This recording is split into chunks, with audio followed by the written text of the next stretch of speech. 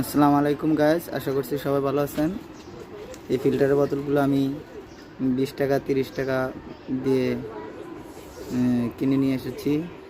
তো এগুলো আমার ছাদ বাগানের জন্য। এগুলো এইখান থেকে কেটে তারপরে নিচে এইখানে ফুটা করে নেই তাতল দিয়ে। তো আপনাদেরকে দেখাচ্ছি কিভাবে কাটি।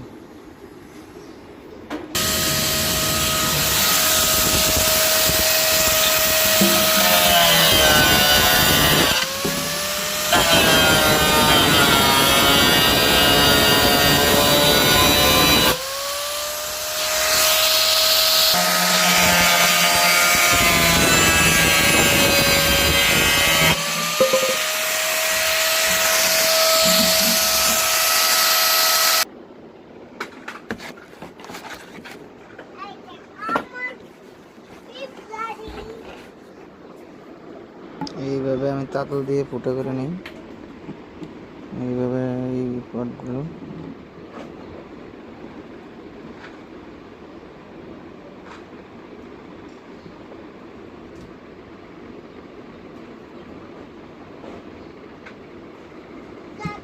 নিচটা অনেক হার্ড, এই জন্য আর কি ফোটা হইতে সময় লাগছে। এই যে ফোটা হয়ে গেছে।